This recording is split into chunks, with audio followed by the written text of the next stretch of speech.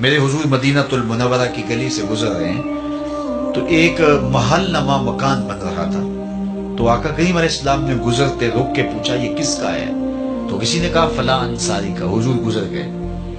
کسی نے جا کے اسے بتایا حضور گزرے تھے، تیرا مکان دیکھا تھا. حضور کے چہرے پہ مسرت کے آثار نہیں آئے. انہوں نے کہا ہاں بالکل. خیر انہوں نے کدال پکڑا اور مکان کو زمین کے برابر کر دیا. 2-4 دن کے بعد حضور کا پھر دوبارہ گزر ہوا تو دیکھا ملبے کا ڈھیر پڑا ہے. تو حضور رک گئے.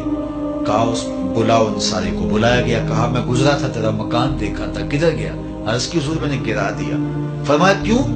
عرض کی سنا تھا آپ کو پسند نہیں، سنا تھا آپ کو پسند نہیں. میں اور آپ دیکھیں ہمارا کیا کیا حضور کو پسند نہیں. سر سے لے کر پاؤں تک، پیدائش سے لے کر کے موت تک، عقیقے ولیمے سے لے کر کے اپنے انداز تجارت تک، اپنی نجی زندگی سے لے کے انداز سیاست تک، ہمارا کیا کیا حضور کو پسند. ایک شخص بحرین سے آئے اور حضور سے انہوں نے سلام پیش کرنا چاہا.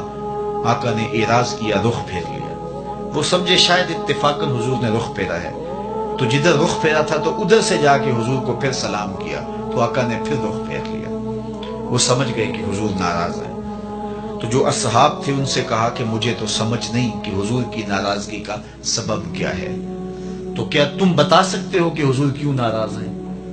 انہوں نے غور کیا تو کہا یہ تم نے سونے کی انگوٹھی پہنی ہے تو اللہ کے محبوب اس کو حرام فرما چکے ہیں اور جہنم کا انگارہ قرار دیا ہے، تو اس وجہ سے حضور ناراض ہو سکتے ہیں. ہمیں تو یہی سبب لگتا ہے. تو وہ آگے بڑھے اور انگوٹھی اتارتے ہوئے حضور کو پیش کرتے ہوئے کہا حضور کیا اس وجہ سے ناراض ہیں؟ تو آقا کریم نے اس کو پکڑا اور یوں پھینک دیا. ناراضگی کی وجہ ختم ہو گئی. اللہ اکبر. کئی لوگ وہ سونے کی چین ڈال لیتے ہیں اور مختلف انگوٹھیاں ڈال لیتے ہیں. بلکہ میں نے ایک شخص کو دیکھا کہ اس نے جو ہے وہ ایک کڑا ڈالا ہے. تو میں نے کہا کہ یہ کیوں ڈالا ہے؟ تو وہ کہنے لگا یہ مدینہ شریف سے آیا ہے. میں نے کہا مدینے والے نے تو منع کیا ہے، انہوں نے تو روکا ہے. تو حضور نے اس کو پھینک دیا. ناراضگی ختم ہوگی. وہ بیٹھ گیا. مجلس جاری رہی، گفتگو چلتی رہی.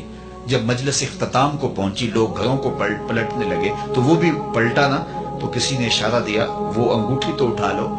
چلو تم نہیں پہن سکتے، تمہاری بیوی تو پہن سکتی ہے، قیمتی سونا ہے. تو اس نے کیا کہا؟ واللہ لا آخذہ وقد طرحہ رسول اللہ صلی اللہ علیہ وآلہ وسلم. اس نے کہا اللہ کی قسم میں اسے کبھی بھی نہیں اٹھاؤں گا جس کو میرے رسول نے پھینک دیا. تو میں اور آپ دیکھیں کہ ہم کہاں کھڑے ہیں. اگر ان سے محبت کا دم بھرتے ہیں، ان سے پیار الفت کا رشتہ رکھتے ہیں تو پھر ہمارا طرز زندگی بتائیں. میرے استاد فرمایا کرتے تھے یہ نہ ہو کہ لوگ تمہیں پوچھے تم کون ہوتے اور تمہیں بتانا پڑے کہ ہم مسلمان ہوتے ہیں. یہ دیکھو مذہب کے خانے میں اسلام لکھا ہے. صاحب فرمایا کرتے تھے نہیں، نہ کسی کو پوچھنا پڑے نہ تمہیں بتانا پڑے.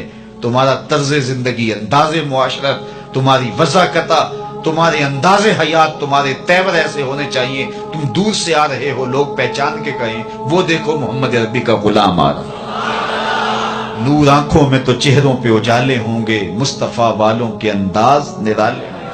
دنیا میں بھی ان کے دم سے مقدر چمکا، محشر میں بھی ان کی رحمت کے حوالے ہوں گے.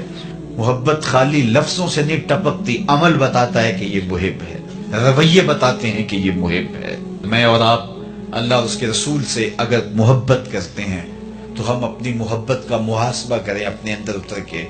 جن سے دعوی محبت ہے کیا ان کی بات مانتے ہیں؟ کیا ان کے طرز زندگی کو اختیار کیا ہے؟